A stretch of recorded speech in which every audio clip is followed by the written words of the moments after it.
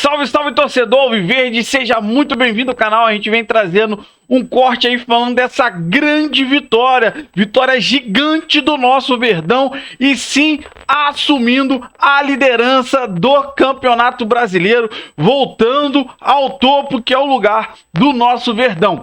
Então vamos tocar o vídeo aí. Você que não é inscrito, dá aquela força pro canal, se inscreva, ative o sininho para não perder nenhuma novidade aqui do seu Verdão Notícias e deixe o seu like que ajuda demais o canal a chegar para muito mais palmeirense. Bora tocar o vídeo, rapaziada. A gente falou depois do jogo contra o Internacional que tinha sido uma vitória gigante, enorme do Palmeiras, até porque era um jogo aquele que poucos times conseguiriam vencer o Internacional jogando em Porto Alegre. Talvez essa segunda parte não se aplique ao Fortaleza nesse momento, pela fase que vive o Fortaleza, mas acho que é outra vitória gigante. É outro resultado que não vai ser fácil, acho que para nenhum time conseguir, por mais que o Fortaleza não viva um bom momento, acho que é outro, né? Vamos falar agora do fim do ciclo do Vojvoda, não faria sentido. Fortaleza tem um bom elenco, Fortaleza tem um bom treinador, hoje teve a chance de empatar no finalzinho e o Everton acaba pegando o pênalti, então eu acho que o Fortaleza vai sair dessa e por isso é outra vitória muito grande do Palmeiras, né? Que se junta a vitória do Internacional e o Corinthians. Com uma tabela feita assim no capricho. Pois é, Porto Alegre e Fortaleza, 2 jogos fora de casa, na sequência. Quase que a maior viagem que você pode fazer. Não, o que tem de pior aí? E depois tem La Paz. La Paz, assim. Pra terminar, no meio da semana em La Paz. Parabéns. Você vê que o Abel nem leva o Paulinho para Fortaleza. Ele deixa o Paulinho trabalhando em São Paulo e acho que talvez, né, dado o calendário e essa loucura de viagens e tudo mais, ele vai fazer isso outras vezes com outros jogadores, deixar alguns parados em São Paulo para depois fazer viagens mais curtas, porque realmente o Calçade acho que destacou bem, né, uma tabela bem complicada para o Palmeiras nesse início, mas o Palmeiras consegue 2 vitórias gigantes que a gente pode colocar também junto com a vitória diante do Corinthians, que é o derby, que tem o peso que tem, então é um ótimo começo de fato. Achei que a atuação hoje ela foi inferior à atuação que a gente viu contra o Internacional, porque contra o Internacional, no primeiro tempo, o Palmeiras tinha sido, acho que, indiscutivelmente superior ao Inter. E hoje, ok, as principais chances no primeiro tempo foram do Palmeiras, né? Uma com o Estevão, a outra com o Facundo. Mas não é que o Palmeiras tenha jogado da maneira que jogou contra o Inter, tendo até o volume que ele teve contra o Internacional. Achei que foi um jogo abaixo em relação ao último. Mas, gente, isso vai ser normal. Ainda que tenha jogado melhor do que o Fortaleza. Sim, melhor. Menos do que contra o Inter, mas melhor do que o adversário. Exato, porque o Fortaleza não conseguiu criar as chances que o Palmeiras criou no primeiro tempo. Foi melhor do que o Fortaleza, sem dúvida nenhuma, mas abaixo em relação ao jogo contra o Inter, e acho que é normal. Ninguém vai jogar no mais alto nível o tempo todo, então é uma vitória enorme, mais um começo muito bom de Campeonato Brasileiro. E agora, enfim, tem Bolívar na Bolívia, né? Não é também uma partida fácil. Depois tem o jogo contra o Bahia aqui em São Paulo, que é um jogo em que, teoricamente, o Palmeiras é favorito. Então pode ser realmente um início muito bom, com mudanças feitas pelo Abel, né? Giai agora como zagueiro pela direita ali, acho que se confirmando nessa posição. Ele era a terceira opção, ou quarta opção para essa posição, né, atrás do Marcos Rocha, do Mike, do Fux, e ele acaba ganhando esse espaço, o Felipe Anderson crescendo de produção, enfim, depois a gente vai falar mais do jogo, mas acho que para a abertura é interessante destacar o tamanho dessa vitória contra o Fortaleza, que é ainda um grande time e que acho que vai se recuperar no Campeonato Brasileiro. Quando a gente começa a ver aí os melhores momentos, os gols, né, o gol do Facundo Torres ali depois do cruzamento do Rios, antes de dar boa noite também para o Gustavo Zupac e para o professor Celso, queria lembrar que dos 5 primeiros jogos, aliás, nessas 5 rodadas, 5 jogos do Palmeiras, ele venceu 3 fora de casa. A gente esqueceu de citar o jogo do Sport, que teve polêmica, tal, aquele pênalti no Veiga, mas o Palmeiras ganhou do Sport, do Internacional e do Fortaleza fora. Ganhou do Corinthians em casa e empatou o primeiro jogo com o Botafogo. também na sua casa. Boa noite, Gustavo Zupac. Boa noite, Abel. Boa noite, companheiros. Boa noite a todos. Você abriu, né, o bloco anterior, né, antes do intervalo, falando em 4ª vitória consecutiva no Campeonato Brasileiro. Pode somar mais as 2 da Libertadores, contra o Cristal fora, contra o Cerro em casa. São 6 vitórias seguidas. Pode somar o empate do Botafogo e o empate na final do Paulista. São 8 jogos de invencibilidade. Aí teve a derrota na ida para o Corinthians no Paulistão. É a última derrota, então?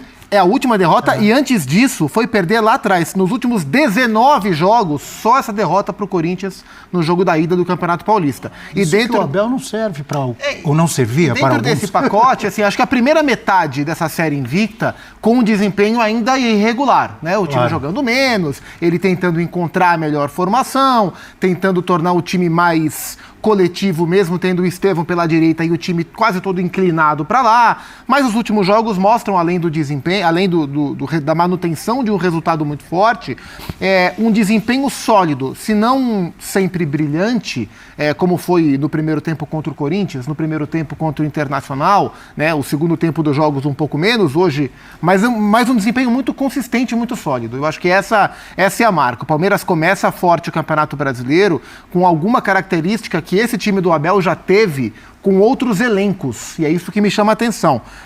E os amigos falavam, você também citava, né, Abel, sobre o Abel, o teu xará, não servir mais.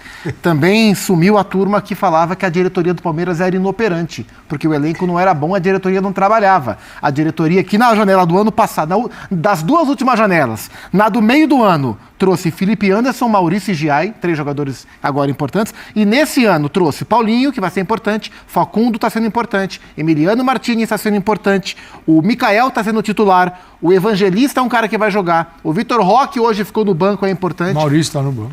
O Fux, que também está no banco, boa parte desses reforços. Ainda tem mais de 10 nomes. E ainda tem o Veiga para recuperar. São 11, dos quais pelo menos 8 deles o Palmeiras comprou. O elenco começou a ser reformulado na temporada passada e continua a ser reformulado na atual temporada. Se é inoperante quem contrata 11 jogadores, dos quais pelo menos 9 estão jogando em 2 janelas, eu queria saber quem é operante. Professor Celso Zelt, boa noite, professor. Boa noite, Abel, boa noite, companheiros, todas e todas que nos assistem. E você ainda não deu o preço, que era uma outra cobrança do torcedor, e agora não tem mais cobrança sobre isso, né? Eu diria que aquele Palmeiras voltou reconstruído. O Abel, não é nem um problema de nomes, é um problema de setores. O ataque do Palmeiras, por exemplo, foi totalmente reconstruído quando você compara com os times do Abel de outros tempos. É um time que está funcionando, por exemplo, o seu Rafael Veiga, ninguém mais lembra que o Veiga não está jogando, e com jogadores, é aquele tempo de maturação do trabalho do Abel, né? Isso já havia acontecido em outros tempos, com outros criticados de outras eras. Lembra do Zé Rafael? Quanta corneta em cima do Zé Rafael, para ficar só em um nome que o Abel conseguiu ali com tempo e maturação de trabalho. A gente fala muito dessa questão de cirandas de técnicos, eu até brinco com o Abel, que eu digo que trabalho que não mostra resultado tem que mudar. É como uma obra em construção. Com o Abel isso não acontece. O Palmeiras voltou não só nos resultados, mas voltou na consistência. É certo, eu concordo, não é a mesma consistência em todos os jogos, como não é a de ninguém. Tivemos ontem o caso do Flamengo, que vinha de um jogo maravilhoso contra o Juventude e não consegue repetir contra o Vasco. Outro dia também perdeu na Libertadores, por exemplo, o Flamengo. Tropeçar, todo mundo tropeça. Não, o calendário que a gente sempre fala, isso é normal, mas mesmo essa oscilação do Palmeiras nunca é abaixo do nível aceitável. Hoje eu acho que foi um nível bastante aceitável. E alguns indícios da força que o Palmeiras mostrava em outros tempos, aquele gol no final do primeiro tempo, de um primeiro tempo que não foi de grandes chances, mas o Palmeiras foi superior, o próprio susto no fim desse segundo tempo, com o pênalti defendido pelo o Everton, não é por acaso. Essas coisas não são por acaso, né? O jeito que o Abel também consegue reagir a atitudes do técnico adversário. Hoje o Vojvoda, quando ele troca o Davi Luiz para colocar o Lucero, essa alteração já diz tudo o que vai acontecer, né? Ele passa a ter 2 homens lá, o Abel responde imediatamente com um zagueiro a mais, aliás, ele já ia responder. Então está lembrando o Palmeiras consistente de outros tempos, só que com outros atores. Dá-se o luxo, por exemplo, de ter entrado hoje sem o nosso Tigrinho. Isso poderia dar algum barulho se tivesse Entrou dado depois, errado, né? Aquela turma que a gente falou aí, ia começar a falar, pô, tantos milhões para ficar no banco. O Abel, mais uma vez, mostra um trabalho muito consistente e agora a capacidade de reconstrução, né? Isso é muito importante. Essas vitórias fora de casa, vitórias de peso contra adversários de peso, é um início de campeonato, muita água vai rolar debaixo dessa ponte, mas até aqui é um início de campeonato incontestável. Por falar em o Palmeiras voltou, que foi a expressão que você usou, professor Celso. Eu estava até ali na redação assistindo o jogo ao lado do Jean. O primeiro gol me chamou a atenção, acho que não era com o Jean, era com o Zupac. Desculpa, era o Zupac que estava ali ao meu lado. Um gol de bola parada, né? Que não é nenhum demérito. Tem que ser elogiado um time que faz muitos gols de bola parada, na minha opinião, porque treina muito, né? E aí tem gente que de repente pode falar, mas foi sorte, a bola não era para chegar no Facundo. Eu fiquei com a impressão que, ele cruzou para a bola ir ali no meio da área. Talvez, eu não sei se é o Emiliano que tenta fazer o gol primeiro, e acaba não acertando o chute. Enfim, se o Palmeiras voltou, os gols ali de escanteio, de falta, continuam acontecendo. E assim, as jogadas de construção, como a bola a bola para o Estevão no primeiro lance, que aliás o Bandeira tinha marcado o impedimento no campo de defesa. Uma coisa maluca, né? Pelo amor de Deus. Uma coisa é impedimento duvidoso, outra coisa é marcar um impedimento no campo de defesa. Mas essa bola poderia ter entrado, o Kusevich tirou em cima da linha, depois uma jogada muito boa do Giai, que estava alto ali, né? Roubou a bola perto da meia-lua e serviu muito bem o Facundo, que quase marcou. Então, e o Davi Luiz salvou também, bem similar ao gol do Giai, ao lance do Kusevich, aliás. Poderia ter saído antes o gol, né? E o curioso é que a cobrança de falta vem da esquerda e o gol é do Facundo, e a chance anterior também foi do Facundo, mas no primeiro tempo, onde o lado esquerdo do Palmeiras quase não jogou.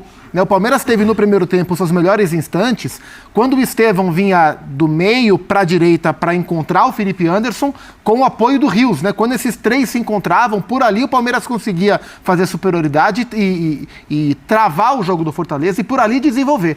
Pela esquerda, o Palmeiras jogou pouco no primeiro tempo, o Pequerez passou pouco, o Facundo está sempre vindo um pouco mais para dentro também, mas o primeiro gol saiu por lá. E aí, no segundo tempo, o Fortaleza, que é um time que tem ficado desconfortável quando ele tem que ter a bola. Fortaleza do Vojvoda se transformou. Antes era um time camaleônico, mas da última temporada para cá é um time que joga de maneira reativa, com pouca posse. Se não é o que menos tem, é o que segundo menos tem durante todo o campeonato. E aí o Palmeiras, com vantagem, chamou o Fortaleza veio e ficou exposto. O segundo gol do Palmeiras é um claro instante onde a exposição do Fortaleza teve o seu preço pago ali, quando o Flaco ficou mano a mano com o Davi Luiz. E aí eu acho que tem que fazer elogios ao Flaco, porque o Flaco Lopes muitas vezes é criticado com justiça por erros técnicos que ele comete, como qualquer jogador comete, mas esse lance, se é o Vitor Roque que faz o gol que o Flaco fez, ele seria extremamente elogiado pelo gol de centroavante marcado. E o Flaco foi muito feliz no pentear da bola e no tacada de sinuca que ele deu para matar o João Ricardo. E acho que sobre esse desconforto que o Zupac falou, que o Fortaleza tem agora quando ele tem que mandar no jogo e ter a bola, me parece que também essa foi um pouco a ideia do Abel. Eu não sei se o Palmeiras deste ano vai lembrar muito mais o Palmeiras de 2020 e 2021 ou se ele pretende, ambiciona lembrar o Palmeiras de 2022 em algum momento. Para quem não lembra, o de 2020 era um time muito reativo, né, que explorava ali os contra-ataques, transições rápidas, e o de 22 não.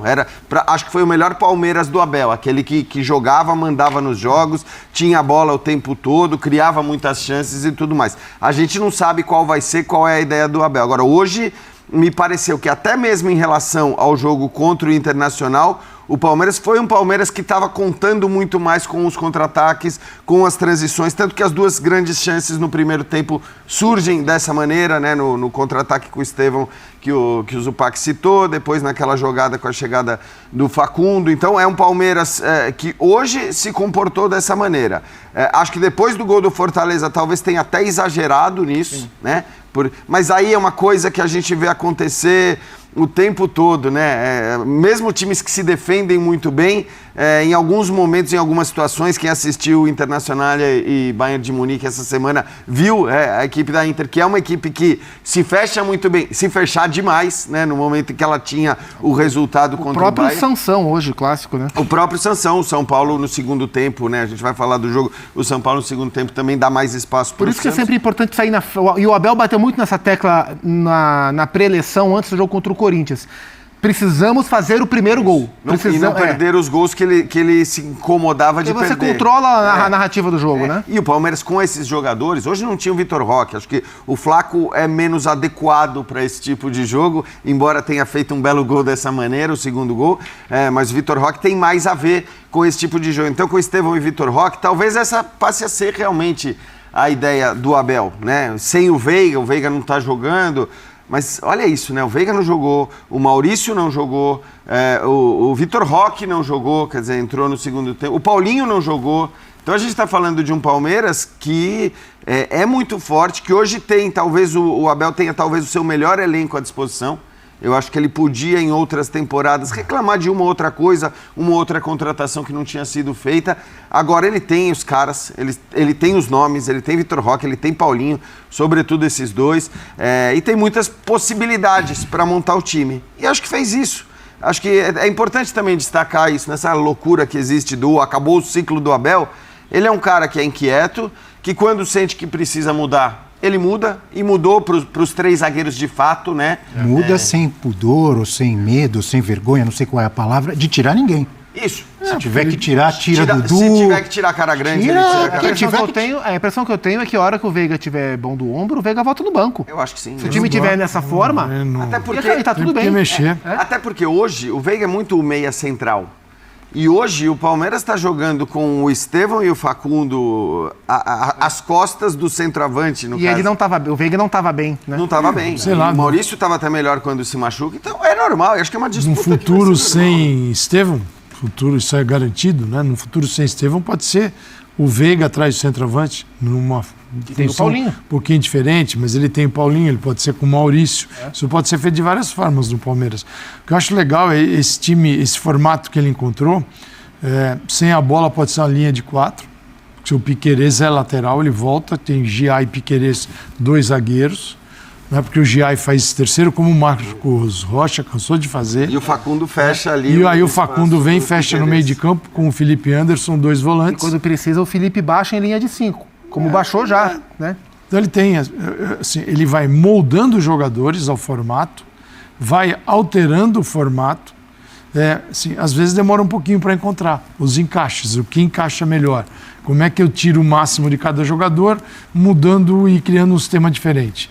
Talvez este momento do Felipe Anderson, que é o melhor dele até agora, pode se dar por ter encaixado no sistema e também por ter coincidido com ele finalmente conseguindo jogar mais.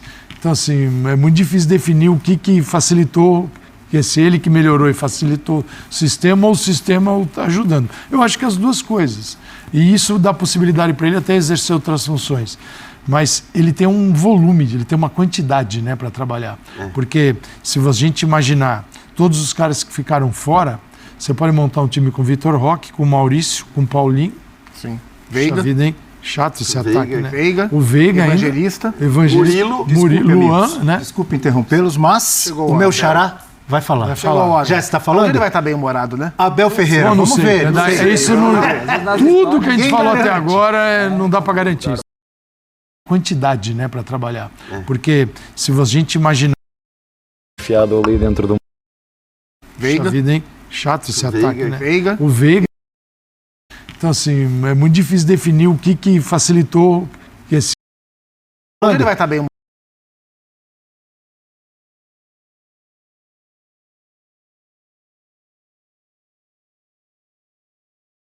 Bom, rapaziada, esse é o corte que eu trouxe pra vocês aí do Linha de Passe, falando muito dessa grande vitória do nosso Verdão. Palmeiras que sim assume a liderança isolada do Brasileirão. Cara, e o detalhe, não é só a vitória. Lembrando que é uma vitória fora de casa, tá? O Fortaleza jogou bem também. Então a gente tem que valorizar muito essa grande vitória. O Everton, cara, foi demais hoje. Foi demais. Voltando a pegar um pênalti que tinha muito tempo que não fazia uma defesa de um pênalti.